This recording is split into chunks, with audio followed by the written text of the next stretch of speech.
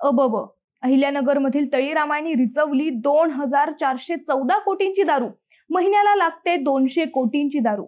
अहिल्यानगर जिल्ह्यातील तळीरामांनी गेल्या एका वर्षात 2414 कोटींची दारू रिचवली आहे। देशी विदेशी बियर आणि वाईनचा अक्षरशः महापूर आलाय। 150 ते 200 कोटींची दारू दर महिन्याला हे तळीराम पितायत। सर्वाधिक ऑक्टोबर महिन्यात 228 कोटी रुपयांची दारू विक्री झाली आहे। याच महिन्याच्या मागे पुढे इलेक्शन होते, हे वेगळे सांगायला नको। कोरोना नंतर दारूचा खप वाढला। मागील आर्थिक वर्षात राज्य उत्पादन शुल्क विभागाला 2879 कोटींचे उद्दिष्ट होते। इतर महसुलात तूट असली तरी दारू विक्रीतून मिळालेला महसूल 83% पोहोचला आहे। दारूची मागणी वाढल्याने अनेक नव्या कंपन्या या व्यवसायात उतरल्या आहेत। दारू बनविणाऱ्या कंपन्यांमध्ये खप वाढवण्यासाठी स्पर्धा आहे। सन 2023-24 या आर्थिक वर्षात 2203 कोटी रुपयांचे उत्पन्न मिळाले आहे।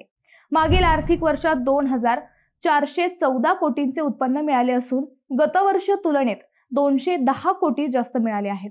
एकंदरीतच काय, दारूच्या किमती वाढल्या असल्या तरी तळीरामांनी 2414 कोटींची दारू रिचवली आहे।